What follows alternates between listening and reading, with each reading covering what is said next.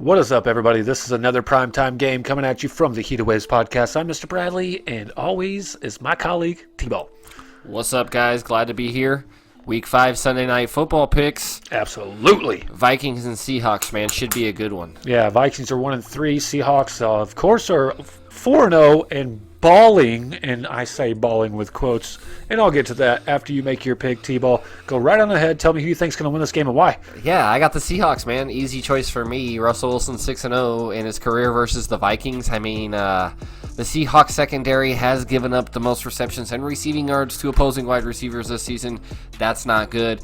If they can get that together, they're still winning ball games even with that factor coming into play. Which is crazy. So obviously it's still working for them. But Dalvin Cook has one or more rushing touchdowns in each of his 4 games. Not to mention leading the league in rushing yards. Yeah, but that's about the only thing they have going for them. The Vikings got lucky and got a win. As you can see, 1-3, Seahawks 4-0. This should be a no-brainer, really. The Vikings, young, good defensively, but they're young. So they're making rookie mistakes, which is a lot of the reason they're losing a lot of these ball games. Not to mention Stephon Diggs. I've been telling you and saying this all year long. He is a huge loss. It was a huge. Why?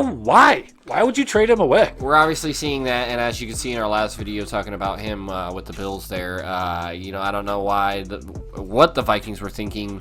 When you got that young of a defense, you kind of want to keep the powerhouse weapons you have on offense. That way you can just continually to build and train your defense.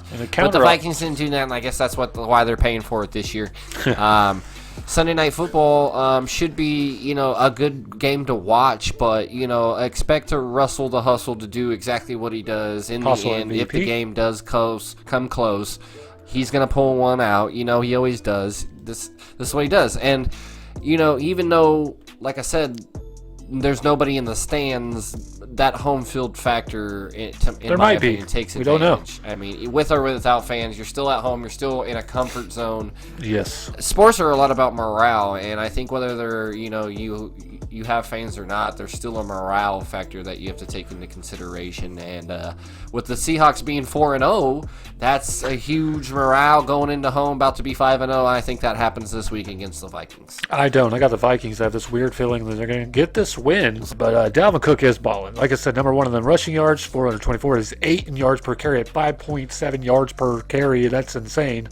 And you're going against a 32nd ranked defense in total yards allowed. They're the worst defense in total yards allowed. Somehow 4-0. You know why they're 4-0, T-Ball?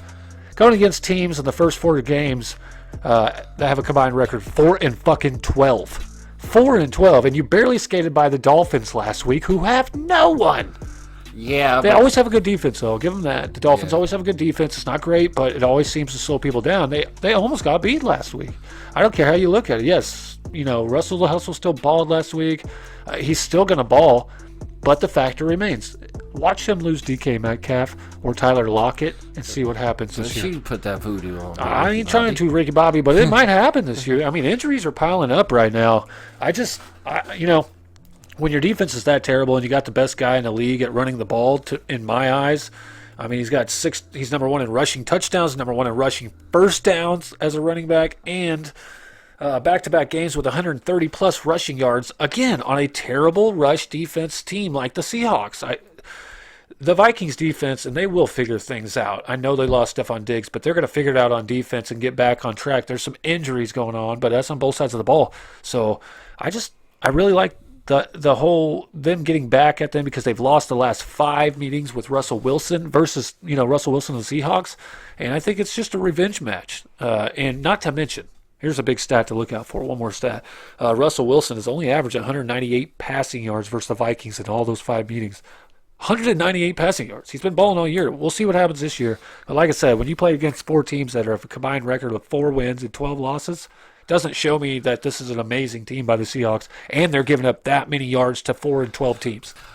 I've got the Seahawks. You've got the Vikings. Those are the picks for the Sunday. Like we always say, if you got anything else for us, let us know down in the comments there. Don't forget to, of course, like and subscribe. Stay tuned for that Monday Night Football Heated Waves podcast. T-Ball.